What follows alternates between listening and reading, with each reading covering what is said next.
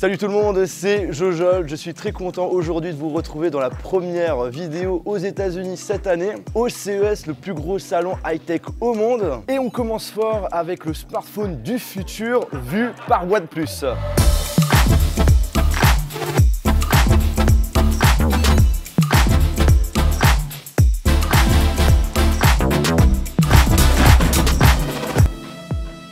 Le OnePlus Concept One. Alors comme indiqué dans le nom, c'est un concept, c'est un smartphone qui n'est pas du tout prévu à la vente, vous n'allez pas pouvoir l'acheter. Après, s'ils peuvent me l'envoyer pour ma collection, ça serait vachement cool. Derrière ici, leur but c'est vraiment de montrer comment ils voient les smartphones dans les prochaines années. Au niveau du design, ils ont travaillé en collaboration avec McLaren, d'où le fait que le orange est assez présent. Je crois même que c'est du cuir, au toucher c'est super agréable. Franchement, au niveau de l'apparence, c'est vachement cool. De face et sur les côtés, ça ressemble à un OnePlus 7T Pro.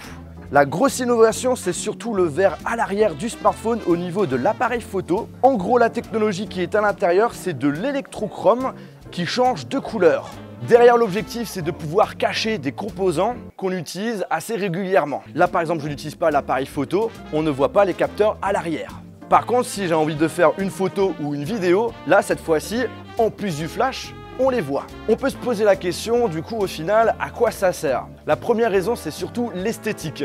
On a un design beaucoup plus épuré et en plus les objectifs ne sortent pas, donc on a une surface complètement lisse. Puis ensuite vous avez un filtre polarisant qui vous permet notamment d'avoir des meilleures photos, même avec une forte lumière. Derrière, éventuellement, on peut voir ça comme un gadget. Moi, de mon côté, pas du tout. Ça montre une ambition de cacher justement certains composants qui sont nécessaires à l'appareil, mais qui esthétiquement ne sont pas très beaux à voir. Par exemple, comme vous le voyez maintenant avec les constructeurs, ils proposent de plus en plus de smartphones avec plein de capteurs à l'arrière. Et esthétiquement, c'est pas fou.